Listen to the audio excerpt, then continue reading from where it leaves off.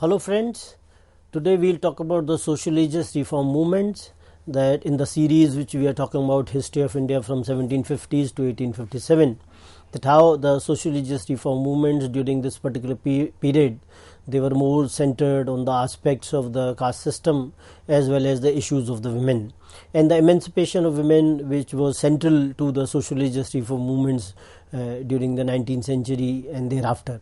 So what we find is that how the people, those who were associated with the social religious reform movements, they wanted to bring the women out of the kind of problems or the issues with which they were dealing with in the Indian society, and tried to see them in the framework that how they were equal to men.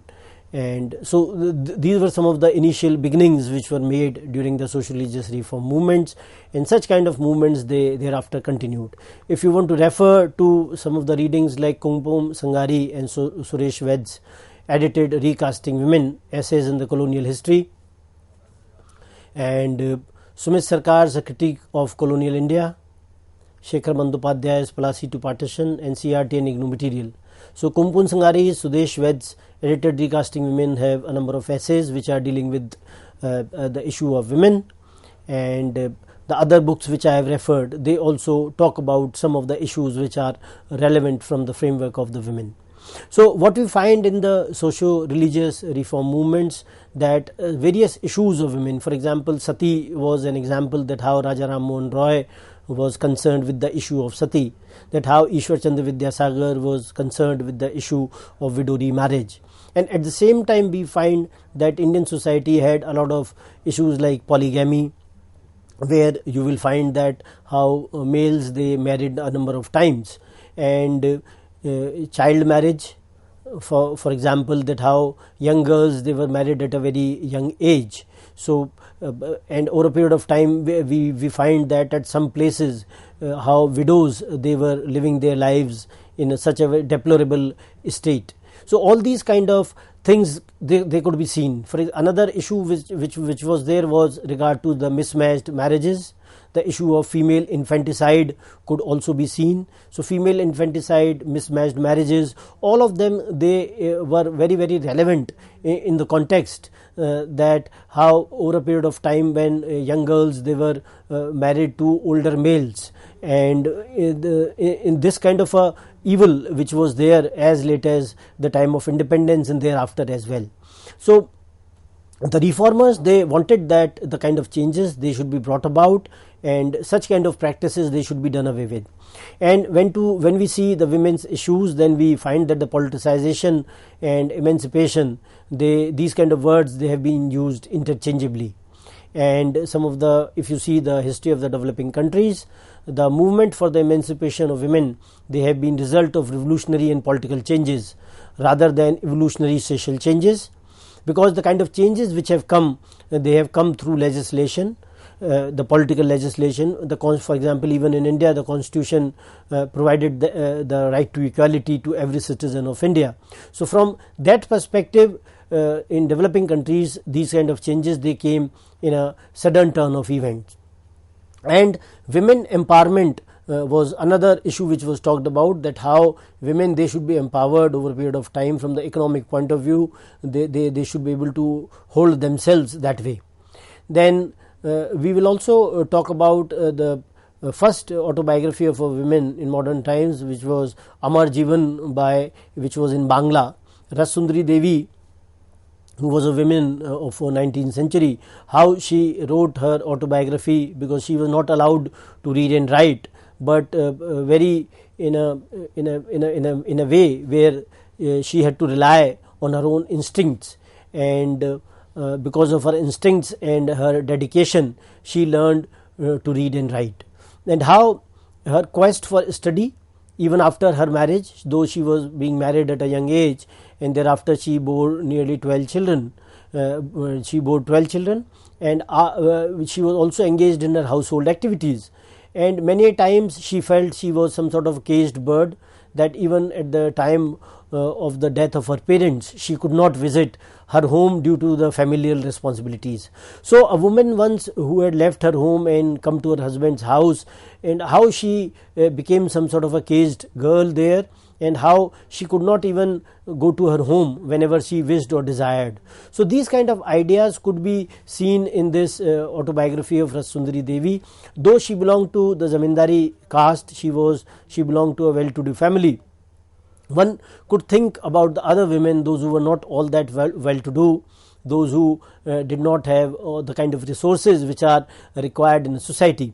So from that perspective, we find that Tanika Sarkar, who has in a way tried to understand the life in times of Sundari Devi, and she raises certain questions also, and Tanika Sarkar says that it is a curiously self-absorbed narrative, and the ideas of patriarchy and the ideas of women's desires, that how the desire of women and the ideas of patriarchy, they are in a way contradictory or are in opposing forces.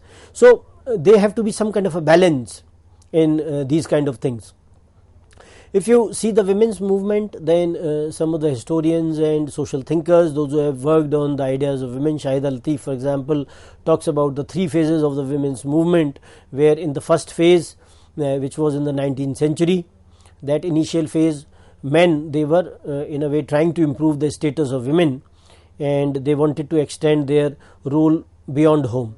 And men like Raja Ram Mohan Roy, Ishwar Chandra Vidyasagar, they could be seen. And the issues which they talked about, as I have already told you, were the removal of sati, raising age of marriage, widow remarriage. So these were some of the issues which the people, those who were initially associated with the reform movements, they talked about.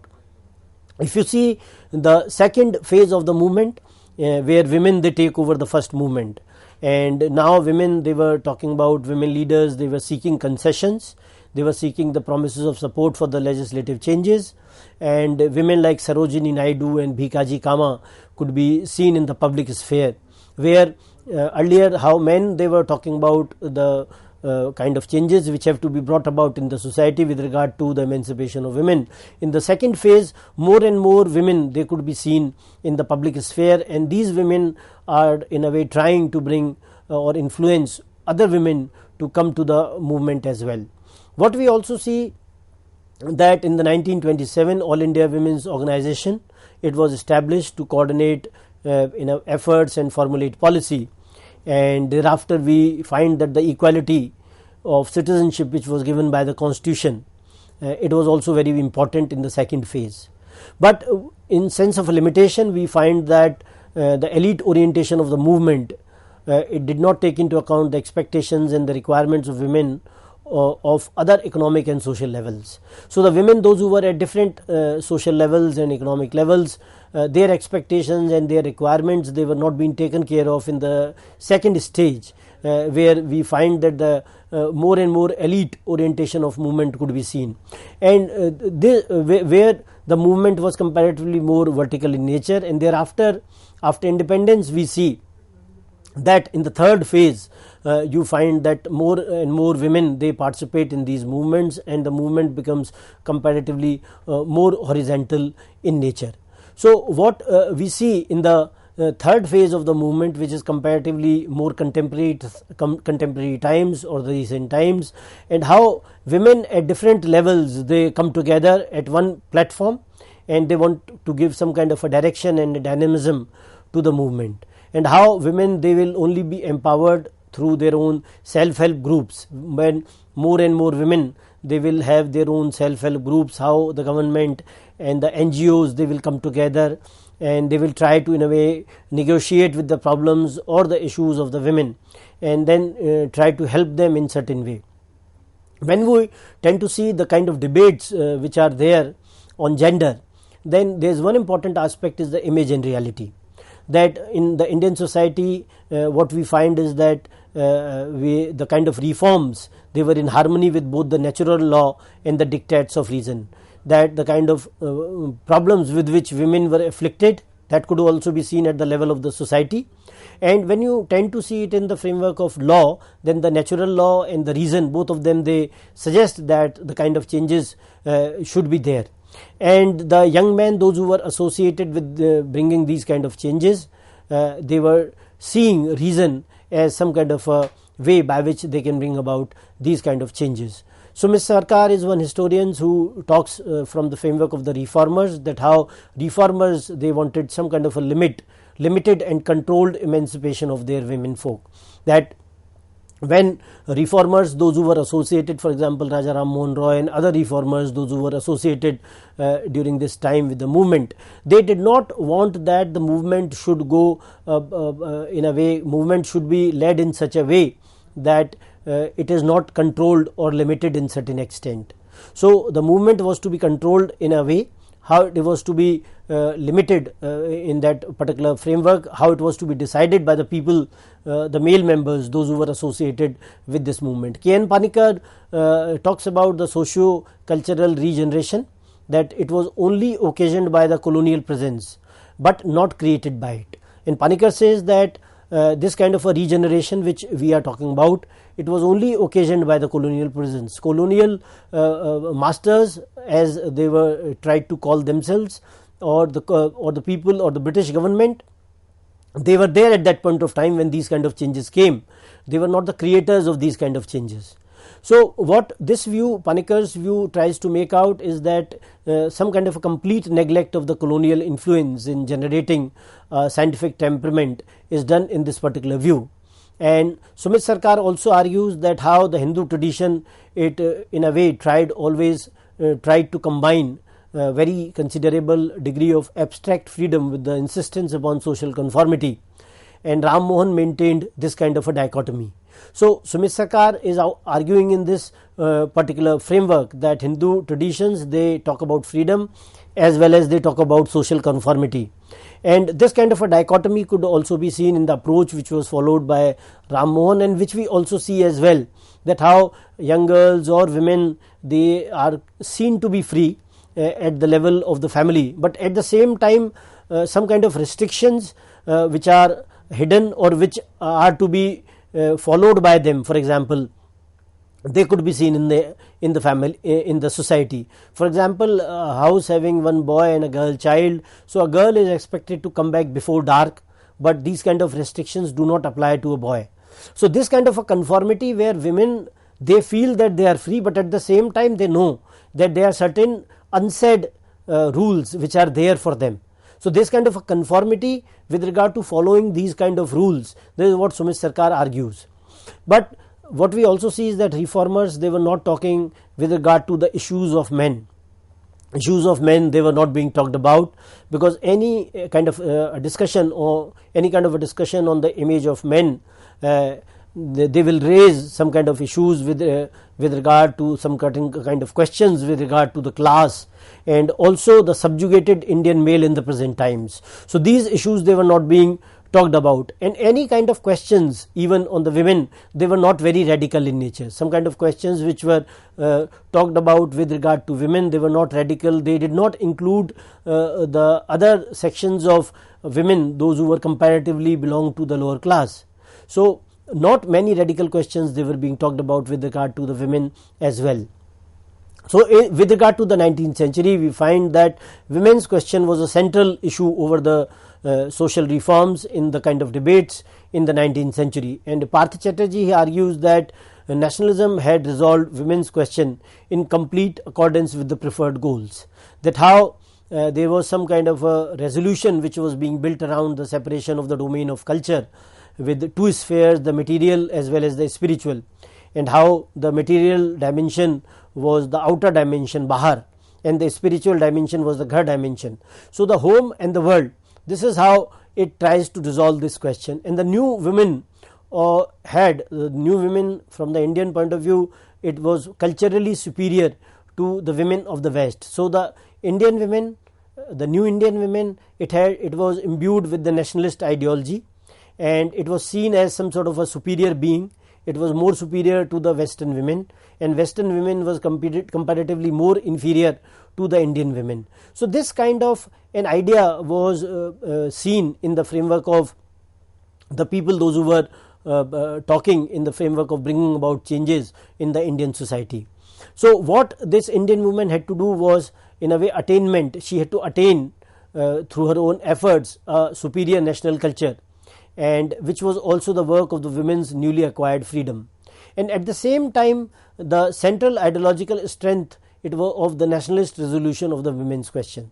So what women they had to do is they had to bring these kind of they had to see these kind of changes in a particular context, how they had to analyze these kind of changes. And in the third sphere, in the third phase of the movement, we find that women they were on a horizontal platform, and some of the reformers, some of the national movement leaders, like for example Mahatma Gandhi, he also saw that women, the participation of women as an extension of her traditional role, that how women their participation in the national movement, because Gandhi he asked women to come out of the homes and participate in the national movement.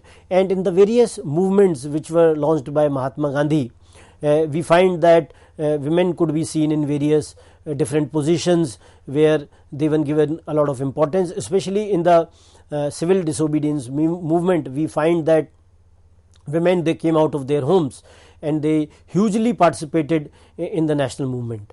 And other movements as well. For example, in 1942 as well, we find that more and more women they joined the movement. And Gandhi he suggested that when women they came out of their own homes and when they joined the national movement, then it was an extension of their own domestic roles. It was an extension of their traditional roles, their traditional household roles. And when one woman will be associated with the movement, then the entire household will be associated with the movement, because women will also in a way educate her children about the movement. She will guide them, she will also make them part of the nationalist ideology or the national ideology, where the overthrowing of the British rule, where the following of the ideals which were talked about by Gandhi, they were to be given a lot of importance. And Gandhi he particularly felt that women they had a greater capacity to resist the temptations of the foreign rule and to suffer non-violently for their beliefs. Gandhi believed that women they had far more courage, they had far more persistence, they had far more strength, and with this strength women they will be able to fight the British in a far better way than men will be. And with women the national movement will also be linked to every house. This is what Gandhi argues, that when the national movement will reach every home, when all the members of a particular society, when all the members of a particular community they will in a way associate themselves with this movement, then only we will find that women could find that kind of a parity. And it was also very important in the context of patriarchal norms which were there in the society, that in the society of those times, as males they were being dominated by the colonial rule, so they did not want to talk about males, those who were dominated by the others. So at home, males or the male members they were more dominant in nature. They had their own will, and this will was the will which was followed by the entire family. And the patriarchal mindset could also be seen in the context where women they had to follow the rules which were framed by the male members, whether in the family or in the society or at the level of community. So women they had to in a way conform to the rules which were framed by the men for them. They had to accept them, and if they digressed, then several kinds of maybe punishments they were there. And this you can see even now in the issues of various kinds of panchayats, or the issues of various kinds of some kind of groups which claim that they are in a way they are the decision makers with regard to that how certain sections of people they should behave. So all these things they have to be kept in mind when we are talking about the issues of women, that how over a period of time in all these three phases For example, in the third phase, the arrival of the self-help groups, and how these self-help groups, they have empowered women so that they come out of the chains of the patriarchy, how they become more and more independent, how they are able to follow their own desires. And these kind of things, they were also reflective in the cinema of 1930s. If you see that the first film, Raja Harishchandra, it is suggested that because it is the first film which is available. The earlier film Pundalik, which was made in 1912 by R.G. Torney, is not available. And 1913 film Raja Harishchandra, made by Dada Sahab Phalke, is available. And Dada Sahab Phalke was not able to locate any women to do the role of Taramati in that film. And Salunke, a man, he had to perform the role of Taramati in that film. So because people, they had such kind of notions with regard to cinema, and even courtesans were not ready to work in the films, and many of the film directors, they had to write BA and MA in the film advertisements to show that all these people are educated. And the situation has changed completely now over a period of time, that so many people, they aspire, especially women also, to work in films. So some of the films like Amar Jyoti, which was talking in the framework of superstitions, Achut Kanya, which was on untouchability. So these were the films which were made in 1930s, especially Achut Kanya, in which Ashok Kumar and Devika Rani, they played the central part, and how that a young untouchable girl who could have married Ashok Kumar, who does not belong to that particular caste, and the caste or this issue of untouchability becomes central to the end of their love story. And these kind of issues, they were there in the entire society, and it could be seen in the later films as well. There was another film with the title of Achut, which was made in 1940, which was again talking about the issue of untouchability. So all these kinds of issues which were later could also be seen in the literature as well as in cinema, that how culture was also trying to reflect the kind of changes which were there. For example, Sharat Chandra Chatterjee's Devdas, how it tries to portray a women, and how women, they had to conform in that particular framework, and there were other novelists also. But at the same time, these novelists were trying to break that kind of convention as well, keeping in mind those times the female characterizations, the way they were being done in their novels, and how these characterizations, they were later adapted in the films as well. There is another film called Duniya Na Mane, which talked about the mismatched marriages, that how a young girl is not forcibly but in a way tricked into a marriage with an old man. And Aurat, which talks about the struggle of a woman, that how Aurat, which was made by in 1940 with Sardar Akhtar as the main lead, and later this film was made as Mother India in 1957. Dahej in 1950, which was talking about the evil of the society. Dahej, all of us know dowry as a custom which is prevalent in the society, and this custom is there prevalent even now as well. So these kind of films, they were, and Dahej, it also in a way led to some kind of a legislation in the Bihar Assembly, that a bill was introduced in the Bihar Assembly inspired by this kind of a film. So such kind of portrayals, we find they were also very, very popular, and they could also be seen in the literature, in the film world. So in retrospect, in terms of summing up, I could say that women's emancipation was very central to the social religious reform movements, and the idea of women empowerment later became more dominant, how they had to come out of the ideas of patriarchy. And the national movement also played an important role, where Gandhi and other leaders, those who were the leaders during the social religious reform movements, and even the national movement leaders, they asked women to come out of their homes and participate in the national movement, and how women in different phases, they come out of the problems or the limitations of those times and try to bring more changes for themselves, and how this kind of a movement was also inspiration for the women in the later movements as well. So I'd like to end this discussion here. Thank you very much.